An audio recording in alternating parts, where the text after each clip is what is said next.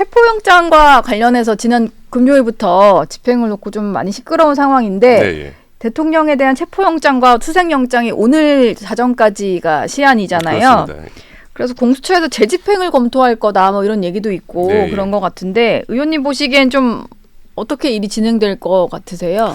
오늘까지가 시한이기 때문에 뭐 공수처에서는 어떤 형태로든 다시 한 번 더 집행하는 시도를 할 거는 같아요. 예. 하는데 제 생각에는 그런 집행 시도를 해서는 안 된다. 지금 시점에서는. 네.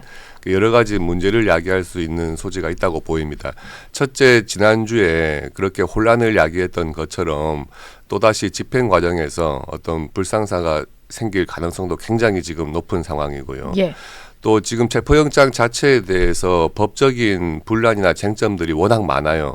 그래서 이런 경우에 이 체포영장을 집행을 만약에 한다 하더라도 그 이후에 체포영장에 따른 조사의 내용이 결국 나중에 재판에 가가지고는 이게 위법 수집 증거다 하는 것으로 예. 불법성이 또 확인될 수도 있거든요. 네. 그렇다면 지금 이런 논란이 많은 체포영장을 굳이 집행을 할 것이 아니고 조금 더 절차에 맞고 법에 맞는 그런 시비의 소지가 없는 절차에 따라서 대통령을 조사를 해야 된다 이렇게 보여집니다. 예.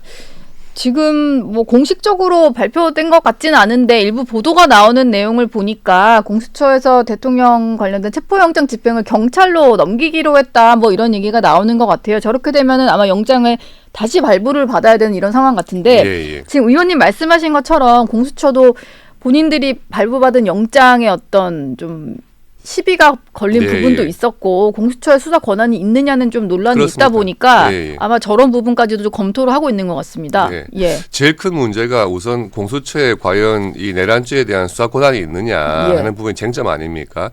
대체로 법학자들도 그런 수사 권한은 없다고 보는 것이거든요. 예. 그럴 경우에는 굳이 공수처에서 무리하게 수사를 하는 것보다 경찰로 사건을 넘겨서 국가수사본부에서 수사를 진행하도록 하고 네. 그리고 체포영장을 받는 과정에서도 뭐 법적인 그런 쟁점들이 많았던 만큼 향후에 지금 또 특검이 발족될 가능성도 많거든요. 그리고 이미 상설 특검은 통과가 돼 있는 상태고요. 예. 상설 특검은 임명만 하면 되는 이제 절차를 남겨두고 있는데 향후에 이런 특검이 정상적으로 진행될 때 뭐 경찰에서 수사하던 것도 다 특검으로 넘겨서 이런 법적인 절차에서 분쟁이 없도록 하고 또 더 이상 이런 수사를 두고 국론 분열이 없도록 다들 조금 진정하고 예. 절차에 맞는 그렇게 좀 진행을 해야 되는 상황이 아닌가 생각을 합니다.